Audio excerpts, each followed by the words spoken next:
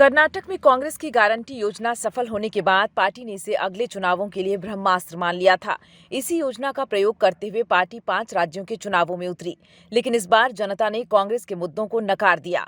भाजपा ने भ्रष्टाचार, हिंदुत्व और राष्ट्रवाद के मुद्दों पर चुनाव लड़ा और जीत हासिल की। इस जीत के बाद अब 2 सवाल उठ रहे हैं। पहला यह कि क्या कांग्रेस विपक्षी एकता की कमान किसी और को सौंपेगी। दूसरा यह कि क्या विपक्षी एकता के सूत्रधार रहे नीतीश कुमार की विपक्षी गठबंधन में फिर से पूंछ बढ़ेगी। बिहार में यह सवाल उठ रहा है कि विपक्षी गठबंधन में हाशिए पर चले गए नीतीश कुमार की किस्मत क्या खुलने वाली है।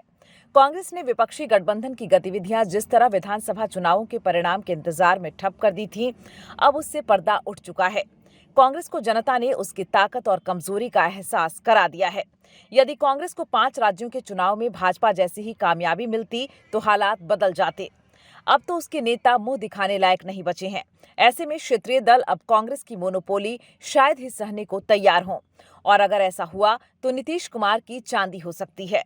नीतीश कुमार विपक्षी एकता के सूत्रधार भले बने थे, लेकिन बाद में कांग्रेस के दबदबे के कारण वे हाशिए पर चले गए। मन ही मन नीतीश कुमार इससे खफा चल रहे हैं।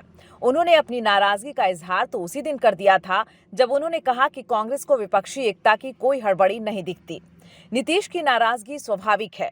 उन्होंने विपक्षी एकता के लिए जितनी मेहनत की, उसका कोई लाभ उन्हें मिलता नहीं दिखा। पीएम पद की दावेदारी उन्होंने खुद छोड़ दी, लेकिन विपक्षी गठबंधन के संयोजक पद की ख्वाहिश जरूर मन में रही होगी। कांग्रेस ने इस पर भी पानी फेर दिया था। नीतीश कुमार को कांग्रेस विपक्षी गठबंधन का नेतृत्व सौंप भी देती है तो क्या वे इसके लिए तैयार होंगे, और तैयार हो भी गए तो क्या इसका कोई फायदा उन्हें मिलने वाला है। ये 2 सवाल ऐसे हैं जिनमें दम दिखता है।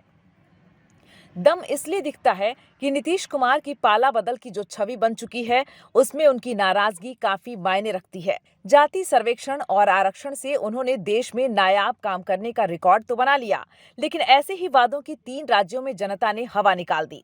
ऐसे में अब शायद ही विपक्षी एकता में उनकी रुचि होगी। उन्हें इस बात का भी एहसास हो गया होगा कि जाति का कार्ड अब भाजपा के हिंदुत्व, भ्रष्टाचार के विरोध और राष्ट्रवाद के आगे अपनी आभा खो चुका है। ऐसे में बिहार में सियासी समीकरण बदल जाएं तो आश्चर्य की बात नहीं।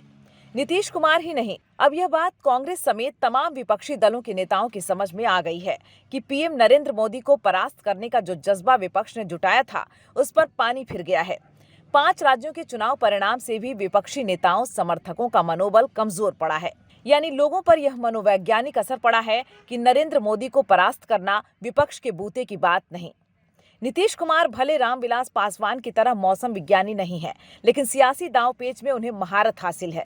तभी तो लगातार 18 साल से अपनी पार्टी जेडीयू को पूर्ण बहुमत मिले बिना वे तिकड़म से सीएम बने हुए हैं। नीतीश कुमार भले नरेंद्र मोदी का विरोध करते हैं, लेकिन सच यह भी है कि वे भाजपा से अपने संबंधों का निर्वाह भी उतनी ही ईमानदारी से करते हैं।